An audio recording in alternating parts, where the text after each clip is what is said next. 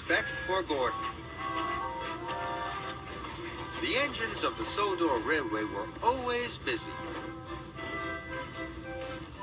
Thomas puffed to the beaches with happy vacationers. And Gordon proudly pulled the express. Gordon thought he was the strongest, fastest, and cleanest engine on the whole of the railway. But one thing bothered him. His firebox rattled as it cooled down at night. Gordon knew his rattle stopped the other engines from getting to sleep. That night, Gordon's firebox went click, clunk, click, clunk. Thomas and Percy started to chuckle. Rattler Gordon's keeping us all awake, peeped Percy. The only engines keeping other engines awake, puffed Gordon crossly, are little engines with very bad manners. But secretly, he felt rather embarrassed. In the morning, Percy teased Gordon again. Rattlebox is awake at last, he puffed out loud. Gordon ignored Percy. He did not like being called names. He did not like being called names.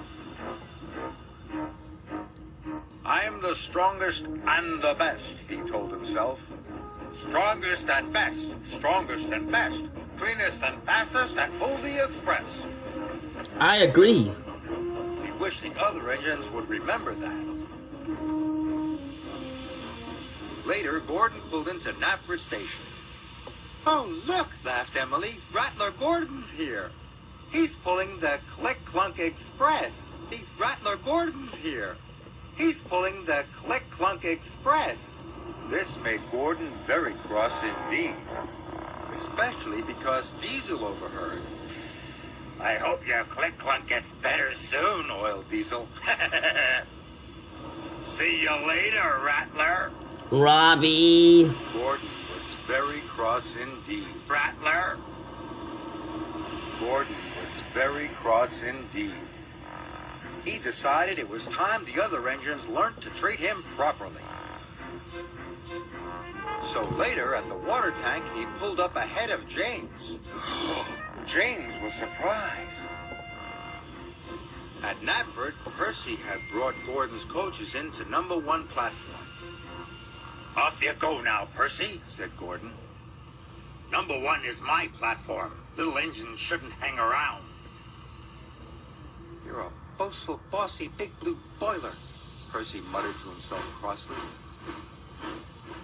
Blue boiler, Percy muttered to himself crossly. Later, Gordon told his friends to give a polite toot-toot whenever they saw him. But why? Asked Thomas. He was very puzzled. Because, huffed Gordon grandly, I'm the strongest and the best. Steamed away. Best and the best. Steamed away. You can toot at him if you like, wished Emily, but I'm not going to. Gordon steamed across the island. He felt very pleased with himself. He was sure the other engines would forget his clunk-click and treat him properly now. He saw Emily coming. He listened for her toot-toot. But Emily didn't toot at all. He listened for her toot-toot. But Emily didn't toot at all. This made Gordon very cross. He was so cross that he didn't see the signal telling him to stop. Uh-oh. And he didn't see the goods train ahead until it was too late.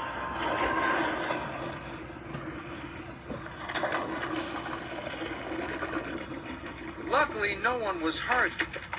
But Gordon came off the rails and he was covered in gooey red jelly.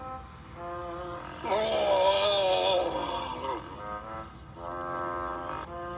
Oh!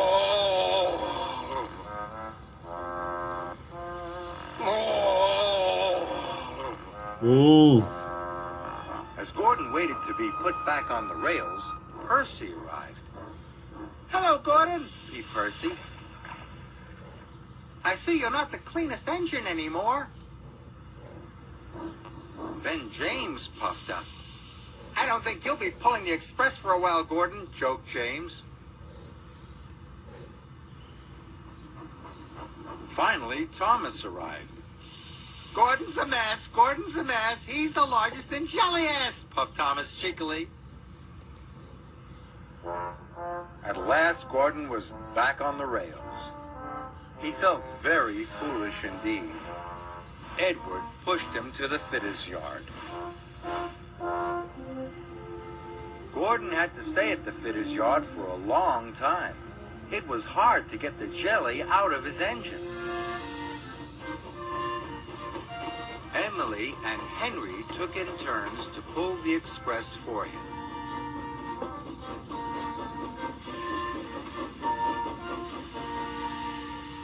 One evening at Tidmouth Sheds, Henry huffed, "It's hard work pulling the express." "Yes," agreed Emily. "Gordon must be very strong to pull the express so fast." "I miss Gordon, P. Percy. I miss having his rattle to go to sleep by." Gordon knew the other engines were pulling the express for him. Thank goodness for Emily and Henry, he thought. I'm sure they're doing a very good job. Finally, Gordon was as good as new. The fitters had even managed to fix the rattle in his firebox. That evening, Gordon had something to say. "Is it about being fastest and the best?" teased James. "Not at all," puffed Gordon. "I know my rattle kept you awake at night, and I'm sorry. And I was also silly about the toot-toots. I realize now that engines toot-toot other engines because they work hard and deserve it, not because they ask for it." "But we think you do deserve it, Gordon," said Thomas, "because you work hard and you are a really useful engine." All the other engines agreed. I agree. Now all the engines greet each other with a cheerful toot-toot. For all the hard work they do on Sir Topham Hatt's railway. Respect for Gordon.